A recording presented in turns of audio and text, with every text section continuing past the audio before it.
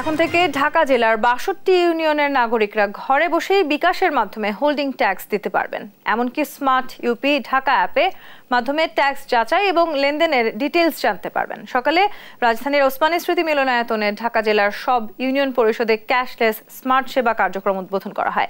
অনুষ্ঠানে স্থানীয় সরকার মন্ত্রী তাজুল ইসলাম জানান, তৃণমূলের জনপ্রতিনিধি সহ সবার প্রচেষ্টাই পারে স্মার্ট বাংলাদেশ গড়তে। আর প্রধানমন্ত্রীর বেসরকারি শিল্প ও বিনিয়োগ উপদেষ্টা সালমান এফ রহমান বলেন, জনগণ ট্যাক্স দিতে চায় কিন্তু হয়রানির শিকার হয় বলে আগ্রহ হারিয়ে ফেলে। এছাড়া ঢাকা জেলায় সুষ্ঠু বর্জ্য ব্যবস্থাপনা গড়ে তুলতে স্থানীয় সরকার মন্ত্রীকে উদ্যোগ নেওয়ার আহ্বানও জানান তিনি।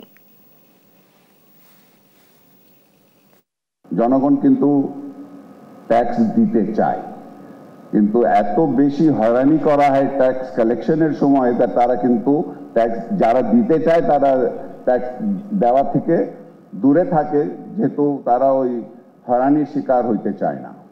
ক্যাশলেস করার কারণে আমাদের রেভিনিউ 4 গুণ বৃদ্ধি পেয়েছে। তো এখন 4 গুণ রেভিনিউ বৃদ্ধি পেলে কি সুবিধা হবে? যারা রেভিনিউ দেন তাদের ভাগ্য উন্নতি করা যাবে, অর্থাৎ আগে 1 গুণ উন্নতি ছিল, এখন 4 গুণ করা যাবে।